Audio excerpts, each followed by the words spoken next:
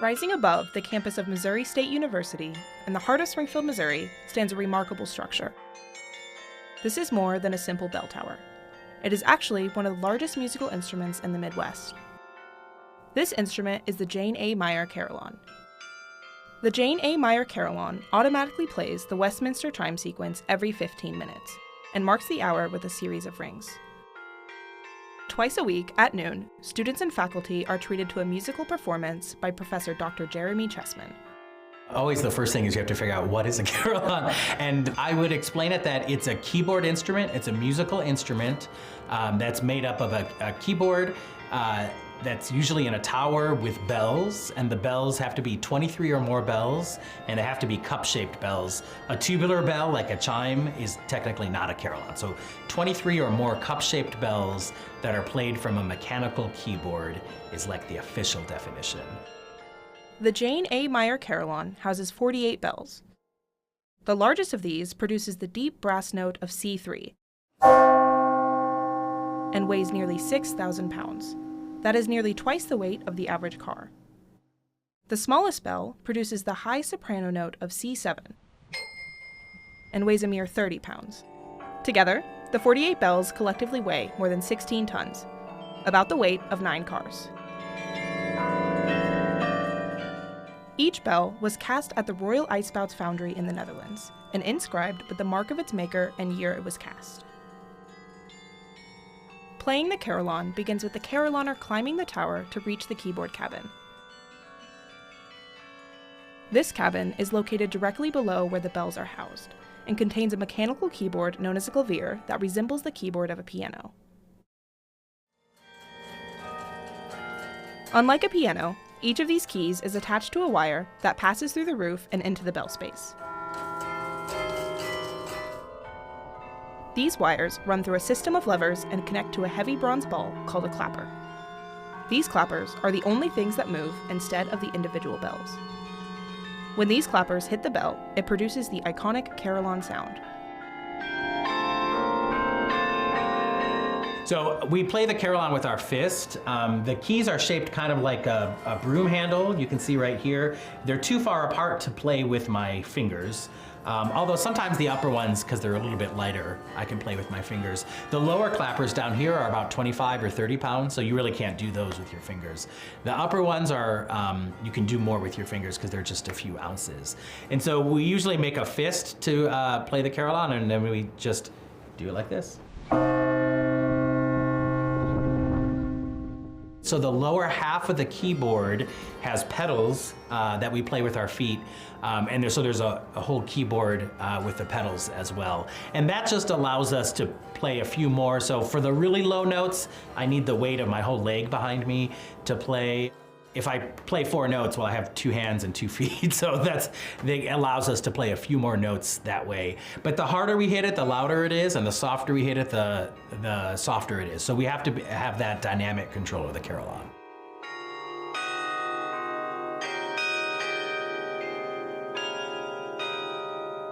But I always try to emphasize that it's a musical instrument because, you know, some carillons play automatically, like ours plays the hour strike automatically. But if it's playing music, it's really somebody who's actually playing.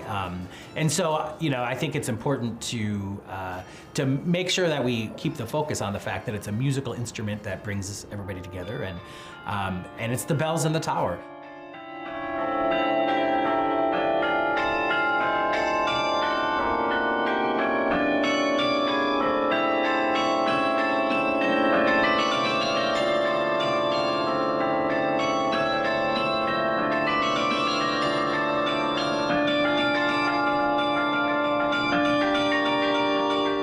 The origins of carillons date back to 16th century Europe and regions of Belgium, the Netherlands, and France.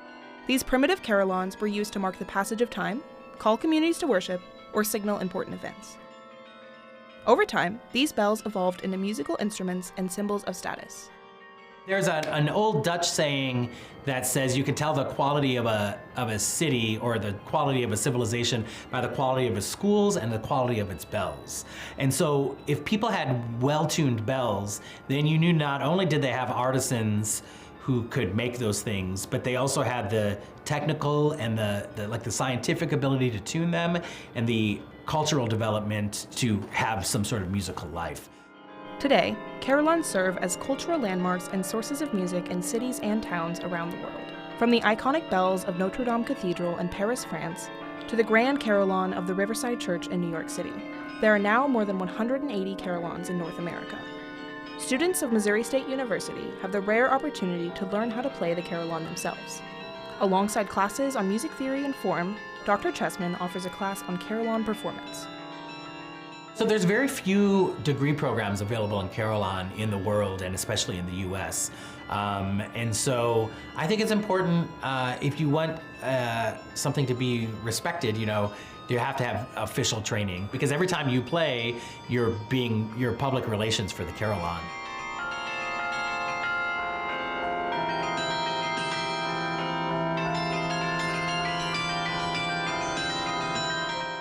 Since the carillon's dedication in 2002, more than 40 students have taken the class, some of whom have pursued careers playing the carillon. In the piano performance degree, you're required to take 2 semesters of a secondary keyboard instrument. That can either be organ or it can be the carillon, because we're lucky enough to have a carillon here. Most piano majors choose to do the organ because it's easily accessible, but I decided that I wanted to be different, and so I chose to do the carillon.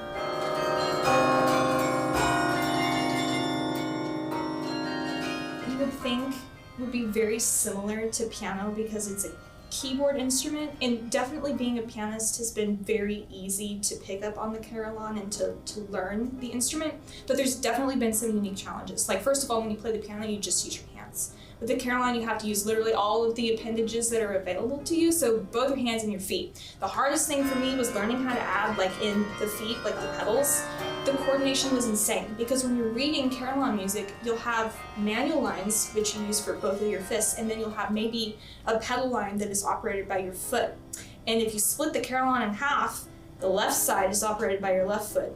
It should be anyways, and then the right side with your right foot. Sometimes you can cross over, but that was definitely the hardest part.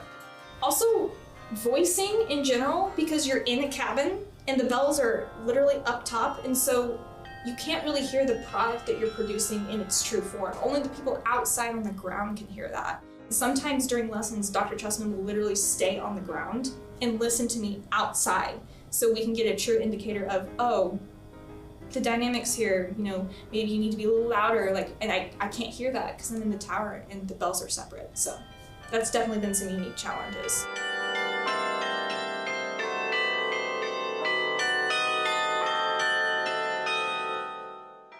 The story of the Jane A. Meyer Carillon at Missouri State University began in the late 1990s with Wesley Wilson, the Student Government Association president at the time, and Dr. John Kaiser, the campus president. The two men wanted something to commemorate the upcoming centennial celebration of the university in 2005. Well, to just give a little background, Dr. Kaiser was the president of Boise State University, and I was the director of research there. When he took the job at Southwest Missouri State University, he recruited me to come back with him, and so that was 1993. And one of the first priorities that we had when we got here was that the library needed to be expanded and it needed to be renovated. The driving force behind the carillon was, since we were doing the library anyway, Dr. Kaiser kind of thought this would be a good time for us to do one of his pet projects, and that was to have a carillon on campus. And so he wanted an icon to be at Southwest Missouri State. I don't want to go back to Missouri State. But so he wanted the carillon. While we were all working on getting funding for the library, he was actually working on getting funding to try to do the carillon, because that was really a passion of his. And Dr. Kaiser and his wife were very good friends with the Meyers. Jane Meyer was an organ major in music, and so she had a great love affair for that and was aware of the carillon and everything. Ken and Jane Meyer were owners of Meyer Communications, which operated several broadcast stations in the Springfield area. The two philanthropists loved the university and funded several construction projects. Jane was a fan of the campus's women's basketball team, the Lady Bears, and made sure every game they played was broadcast on their radio stations. Jane and Ken Meyer gave them the money for the carillon, and because of her love of music, they wanted to name the carillon after her. Ken Meyer was just really adored his wife quite a lot, and so that was a nice present that he kind of gave to her to put her name on it, because he would always say that she was the music person, and you know, anytime I would talk about anything related to music with him, he would always say, well, Jane was the music person, and he was always happy to hear updates and stuff. But yeah, she was the music lover, and he was the Jane lover, so that's why it happened that way. They talked about it, and they said, yep, we will fund that. And the carillon bells, and there's 48 bells, and they're inscribed are names of they had a child that passed away young. They have a fairly small family that's scattered around, but they also would name a bell for their friends. Design and planning of the carillon fell to Doug Sampson, the university architect at the time. Very beginning is somebody has a dream or a desire, a need that needs to be filled. So we'd sit down with the client, if you would, and really talk about the needs and write out a program describing exactly what needs to be done. And once we have the concept done, then you have to get into the nuts and bolts of how you actually structure it and make sure everything fits. In the spring of 1999, a site study was conducted to find a location for the carillon. 12 locations on campus were reviewed. Due to the ongoing renovation of the Meyer Library, the decision was made to build the Carillon Tower as an extension. Certainly within the library there was excitement because we were so packed in the old building that we couldn't even shelve new books. The shelves were so crowded and the aisles were so crowded, so we were all very excited to get this additional space for the library. And I think the students were too, because the study space had dwindled over the years, and the new library added space for group study rooms, more classroom space, lounge space. So that was something that the students were really looking forward to. Ultimately, once the design was completed, we'd have to put it out for bid, and if the bids were acceptable, we'd award a contract, start construction. A local business, Pre-Stressed Casting Company, took the job of constructing the tower and began pouring foundations. 8 concrete piers were drilled into bedrock, and over 100 cubic yards of concrete was poured to form the base. The tower itself was made up of 112 separate precast pieces of concrete. Sourcing the bells was challenging. Bell foundries, the places where bells are made, are rare in North America. There aren't many bell foundries in the United States, so it was probably the only project I did where we bid contractors from Europe on our project, and the Bell Foundry of Astens, Netherlands was the successful bidder for our bells. Once the project was underway, Mr. Sampson and his family traveled to Aston to visit the foundry while the bells were being forged. And we took personal vacation when the bells were being cast to go over and see the bells and really learn more about the whole carillon industry. At the time, my son was 10 years old, so he really enjoyed it. In fact, we had a little family secret. The morning we were going to the foundry, if we didn't like it, he was going to give me a certain hand signal that he wanted to leave. Well, he didn't want to leave, he wanted to go back the next day, so we enjoyed it so much. But we went through the whole process of how the bells were created. As part of Bell Foundry tradition, Mr. Sampson's son was allowed to toss some coins into the liquid metal during the casting process. Before this casting process can begin, the bell makers must create strickles of the inner and outer profiles of the bells. What normally happens is you have different profiles and shapes of the bells. You have a profile for the inside of the bell and a profile for the shape of the outside of the bell. The forging begins with the stacking of fire brick in the rough shape of the bell. The fire brick is covered by sand and rotated on a turntable, while the strickle removes excess sand. For larger bells, 2 layers of sand are placed to prevent collapsing. The sand is then covered in a fireproof coating. This pile of sand becomes the inner profile of the bell. This inner profile is covered in a layer of wax and spun to begin creating the outer bell profile. Once the shape is ready, ornamentation and inscriptions are applied by hand to the wax bell. The wax is covered in a fireproof membrane, forming the outer profile of the bell. A supporting framework is then added to the wax bell. What you have is a wax bell, which is called the false bell. You have the wax bell inside and it's encased in concrete. Then they heat up the concrete and the wax falls away, and so you're left with a hollow spot in the inside that is going to be the shape of your new bell. So this is called the cire perdu, or the lost wax method of casting, where you make it out of wax, build the mold, and then you melt the wax away. Bronze and tin are melted into a heated bucket and checked for impurities. This mixture is then poured into the bell mold and is left to cool. The floor of a foundry is a dirt floor usually, so they dig a hole and then they put that the mold in the hole, and they bring the bronze and pour it in the top of the mold, and then they bury it. After several days of cooling underground, the bells are removed. The bells are sandblasted, cleaned, and their pitch is tested. Material is removed from the inner surface to fine-tune their sound. So that's how the bell is cast. And then, of course, there's a lot of cleaning up, around the lettering and the lathing on the inside for tuning after that. After a final cleaning and polishing, some of the bells are pre-mounted onto their support beams and prepared for shipping. After a 25-day journey across the Atlantic, they arrived in Springfield, Missouri on August 6, 2001. Experts from the Netherlands also arrived to oversee and assist in the assembly of the bells. Earlier this morning, the keyboard was raised up to the keyboard cabin. If you look up, you'll see a window high up above top of the tower. That is where the keyboard used to play the bells is located. That's already been placed this morning. The next step, we're going to raise the 6 largest bells up to the bell chamber, and that's located directly above the keyboard cabin. Once those 6 bells are located, the rest of the bell framework will start with the largest bell framework that's located closest to the tower. We'll go up over the 6 bells that are placed, and then the framework that's got the smaller bells on it will be placed on top of that.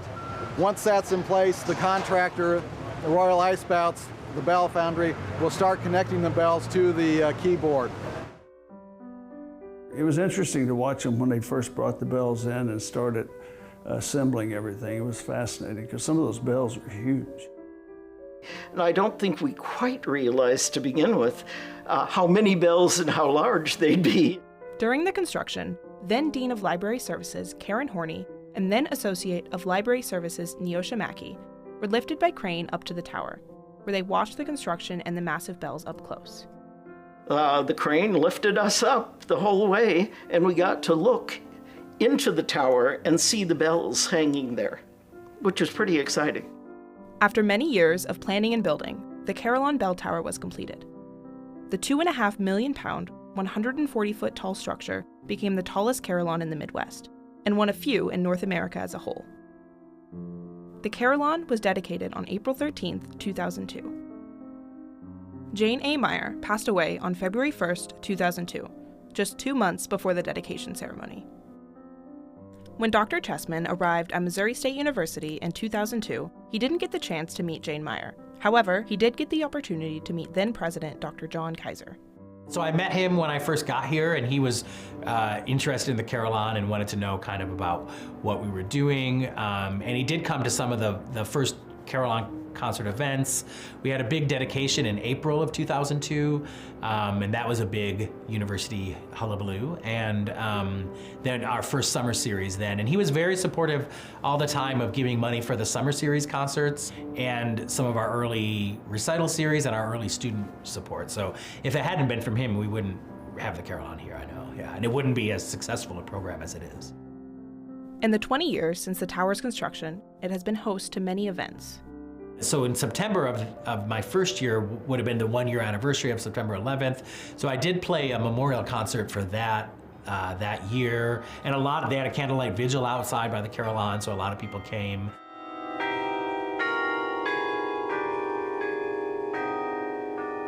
It's been really connected to the university environment. I think I've done 2 wedding proposals underneath the carillon. During the summer, the Meyer Carillon becomes the centerpiece of 4 concerts every year. There's been a series of concerts, often with guest carillonneurs during the summertime, and that's been quite delightful. I was able to attend one of them not too long ago, and it was a real treat. It's nice to hear the bells played. It gives a very distinctive opportunity for the campus to hear a concert of the bells. But really to have that tower on campus and to have what's the world's largest instrument on our campus really set our campus apart. I remember going to all the concerts because that was really special on Sunday afternoons right there at the fountain. It was special to Jane's heart to have something that she loved, and that was music. The Jane A. Meyer Carillon has had an impact on the university and local communities for over 20 years. The tower, its music, and the newly renovated library made for an exciting time to be a student. It's certainly a special feature of Missouri State, and every university likes to have something that is a known image for the institution. And this bell tower shows up a lot of times on Missouri State publications, Missouri State websites, T-shirts. Those are important images for everyone on campus, and the students appreciate it being an image that they can relate to. I think one of the best things about campus is the fact that we can hear all this music, like everyone can hear music that maybe they haven't heard on a day-to-day basis, and that's transmitted through the carillon. Dr. Chessman will play music that is written by composers that have specifically written for the carillon, so it's definitely great exposure for the students. And then of course the chimes that are like every half hour are extremely iconic.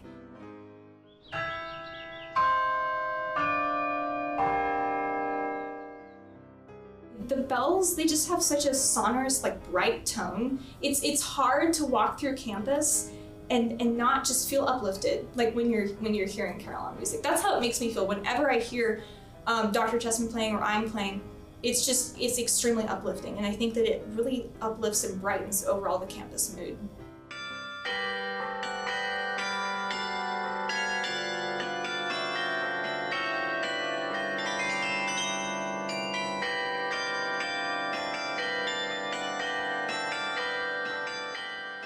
I think it's taken for granted. You just hear the carillon and maybe you don't think about it. But hearing the carillon, it's so unique that I remember my first day on campus and I felt like, oh my gosh, I'm on a college campus. I felt smart, you know?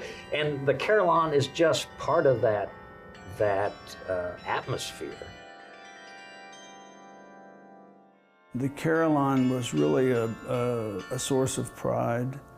And what I really like more than anything is when I first came here, the students would normally be wearing shirts from Mizzou and different places. And by the time we got the name changed, they were wearing Missouri State shirts. And so having that pride in the student body and having pride on campus, and the carillon and all the buildings and all the things that take place on campus to create that pride for the students. That's the most important thing to me. Sometimes I think people don't realize how special it is that they have a carillon here, but I've done as best I can here to lay the groundwork and lay the infrastructure and get the carillon integrated into the university. So I hope that when I retire that it'll continue, because it's a unique thing for the university.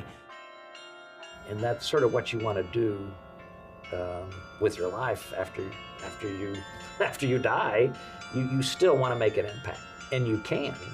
And Jane and Ken continue to make an impact, and they've been gone for a long time. Unfortunately, I think so many places run where that if you can't see a monetary contribution, that it doesn't have as much value.